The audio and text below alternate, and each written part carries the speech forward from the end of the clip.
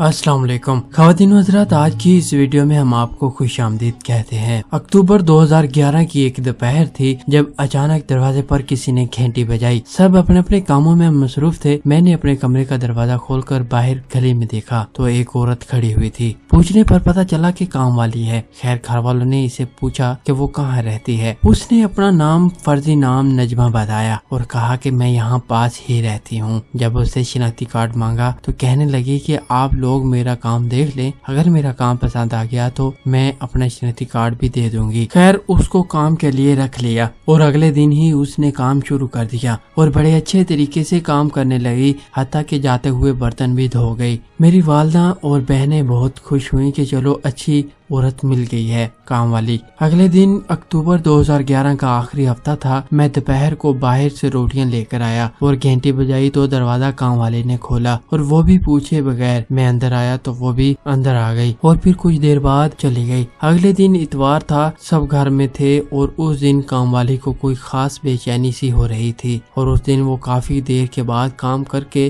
گئی اور اس کے جانے کے بعد میں نے گھر والوں سے کہا کہ اس کام والی کی نیت پر مجھے شک ہے، لیکن گھر والوں نے سنی انسنی کر دی۔ اگلے دن وہ کام کے لیے جلدی آ گئی۔ میرے ابو بینک چلے گئے اور بہنیں اوپر چھت پر تھی اور میں اپنے کمرے میں سو رہا تھا کہ اچانک میرے دروازے پر کسی نے دستک دی۔ میں نے سوتے ہوئے ہی پوچھا کہ کون ہے تو ایک آدمی کی آواز تھی، کہتا کہ دروازہ کھولو، میں CID سے ہوں، آپ کے گھر میں طالبان آ گئے ہیں۔ میں تو پہلے بہت حیران ہوا، لیکن پھر میں نے دروازہ کھول دیا تو ایک آدمی پستول لے کر اندر آ گیا اور مجھے نیچے لے گیا۔ یہاں پہلے سے میرے گھر والوں کو ڈاکو نے قید کیا ہوا تھا۔ میں نے اداکاری شروع کر دی کہ مجھے کمر میں درد ہو رہا ہے، لیکن میری امی نے مجھے چپ رہنے کا کہا اور وہ لوگ سامان لوٹنے لگے اور کچھ دیر بعد گھنٹی بجی تو ایک ڈاکو میری بہن سے کہتا کہ چلو تمہارے پاپا آ گئے، دروازہ کھولو۔ خیر میرے ابو کو بھی وہ اندر لے آئے۔ میں نے دوبارہ ڈاکوؤں کو تنگ کرنا شروع کر دیا تو دو ڈاکو میرے پاس آ گئے اور ایک نے میرا گلا دبانے کی کوشش کی تو وہ چور چور کہنے شروع ہو گیا۔ میری امی نے بڑی مشکل سے مجھے ان سے بچایا۔ خیر وہ سامان لوٹ کر اور ہم کو کمرے میں بند کر کے چلے گئے۔ میں نے کچن میں سے آواز دی تو ہمارے ساتھ والوں نے آ کر ہمیں دروازہ کھولا۔ پولیس حسب روایت آئی اور کارروائی کر کے چلی گئی۔ پتہ چلا کہ وہ کام والی ڈکیٹ والوں کے ساتھ ملی ہوئی تھی اور اس نے ہی ڈاکہ ڈلوایا۔ نتیجہ اس واقعے کو بیان کرنے کا مقصد یہ ہے کہ آج کل کسی پر بھروسہ نہ کرنا اور بغیر تحقیق کے کسی کو کام پر نہ رکھیں، نہیں تو آپ کو بھی بہت بڑا نقصان ہو سکتا ہے۔ خواتین و حضرات، یہ تھی ایک کام والے کی سچی کہانی جو میں آپ کے سامنے بیان کر چکا ہوں۔ اگر آپ کو یہ کہانی اچھی لگی ہو تو دوسروں سے ضرور شیئر کریں تاکہ دوسرے بھی ایسی تمام کام والی عورتوں سے بچ سکیں جو موقع جان کر بہت بڑا نقصان پہنچا سکتی ہیں۔ آج کی ویڈیو میں بس اتنا ہی، ملتے ہیں ایک نئی ویڈیو کے ساتھ، تب تک کے لیے ہمیں اجازت دیں۔ اللہ حافظ۔